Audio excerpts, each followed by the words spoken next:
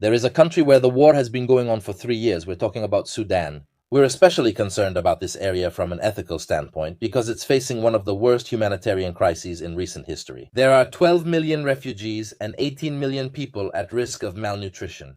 On a more pragmatic level, we are interested because it could become a major source of migration headed toward Europe. The conflict is between two main forces. On one side, Al-Burhan, leading the SAF, the regular army. On the other, the RSF of Ahmedi, a paramilitary force that, by rebelling, had taken over Khartoum, the capital. In May 2025, the SAF forces recaptured Khartoum, but the fighting continues fiercely. The RSF forces control Darfur, the region in the west of the country. This part of Sudan is sadly known for the genocide of the black minority by Arab militias in 2003. In Sudan too, drones have become a particularly lethal weapon, especially for civilians. Since the beginning of 2026, there have been 700 deaths caused by drones, a number comparable to that in Ukraine. Furthermore, the RSF militias have carried out actual ethnic cleansing operations in Darfur, similar to what happened during the 2003 genocide. The RSF are mostly Arab militias, and the violence has mainly targeted ethnic minorities. However, the conflict is not limited to internal dynamics. Other actors in the region are also involved. Egypt, for example, supports the SAF, which is the regular army, and does so by providing a large supply of Turkish-made drones. On the other hand, the RSF are supported by Ethiopia,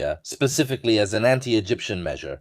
Neighboring countries like Chad and South Sudan also risk being drawn into the conflict. The same ethnic groups being massacred in Darfur live in Chad, and the RSF could cross the border to commit their acts of violence. So Chad has also had to militarize its borders and keep a close watch on the situation. Meanwhile, with Sudan at war and energy exports blocked, South Sudan has plunged into a severe crisis. This risks causing more instability in the country and reigniting old conflicts. In short, a local war is turning into multiple regional crises, and this risks further straining the international system that is already severely compromised. And what do you think about it? As usual, you can find more information in the comments or in the description.